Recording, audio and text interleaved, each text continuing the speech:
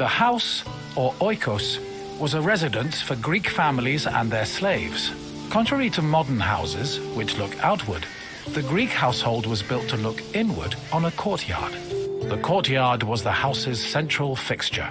It was the building's main source of daylight and also the location of religious altars dedicated to worship.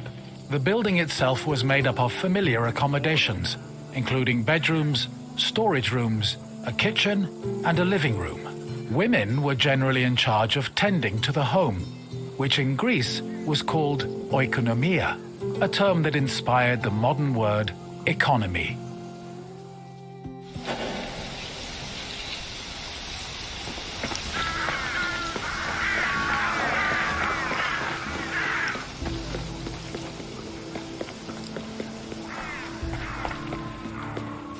A pasta was a corridor that connected a house's courtyard to its residential section. Archaeological evidence from the city of Olynthos reveals that pastas were added to Greek home design in the 5th century BCE.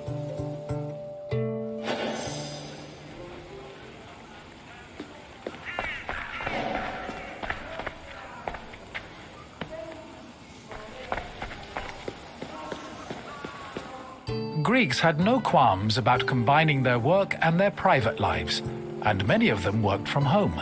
Artisans like blacksmiths, sculptors, and potters often had workshops in their houses.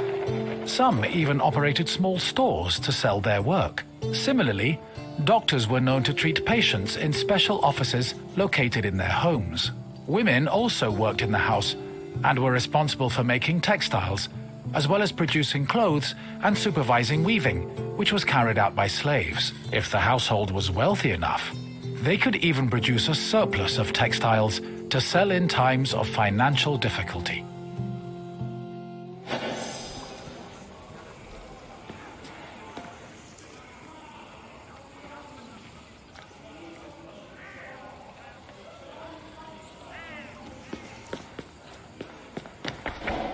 The inner courtyard was the nexus of the house. Functionally, it allowed air to circulate and also provided access to most of the rooms. It also sometimes housed a well or a cistern that collected rainwater. In the center of the courtyard was an altar to Zeus Herkios, who served as the protector of the household. Women would often use the space to sew and cook, while children used it as a play area. Furthermore, if the family had pets or animals, the courtyard was where they were allowed to run free.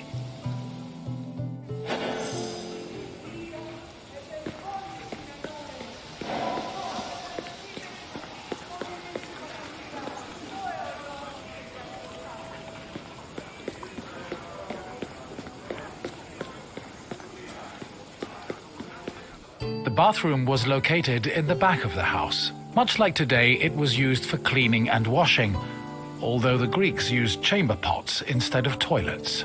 Most bathrooms had a luterion that could be filled with water for washing.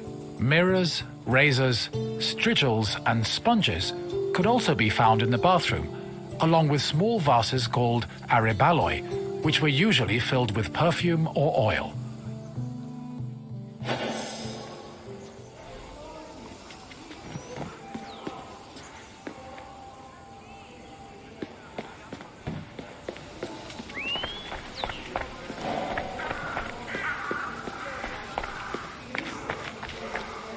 Greek homes had kitchens where the family's meals were prepared.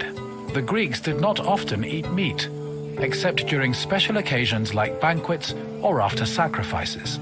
They had mainly a grain-based diet, eating staples such as bread, porridge, or a barley cake called maza. They also occasionally ate poultry, fish, and other seafood, as well as fruits, vegetables, goat milk and cheese, and olive oil.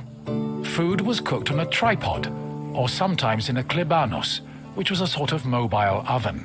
Other cooking implements included braziers, mortars and pestles, a spit to hold food over a fire, platters, and frying pans.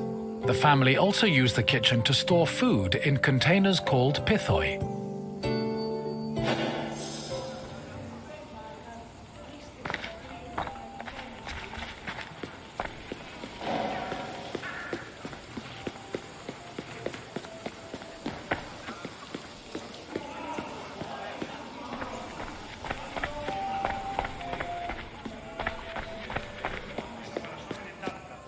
Symposia were major social institutions in Greece. They were drinking parties held exclusively for men. The party took place in the men's section of the house, the andron, where residents and guests reclined on special couches called klinai. Food was served on low tables set in front of the couches, while wine was placed in a crater in the center of the room. During a symposium, men drank, sang, had philosophical discussions, and played games like kotobos. Musicians, dancers, and even courtesans were often welcomed to attend as well. However, wives and daughters were always excluded.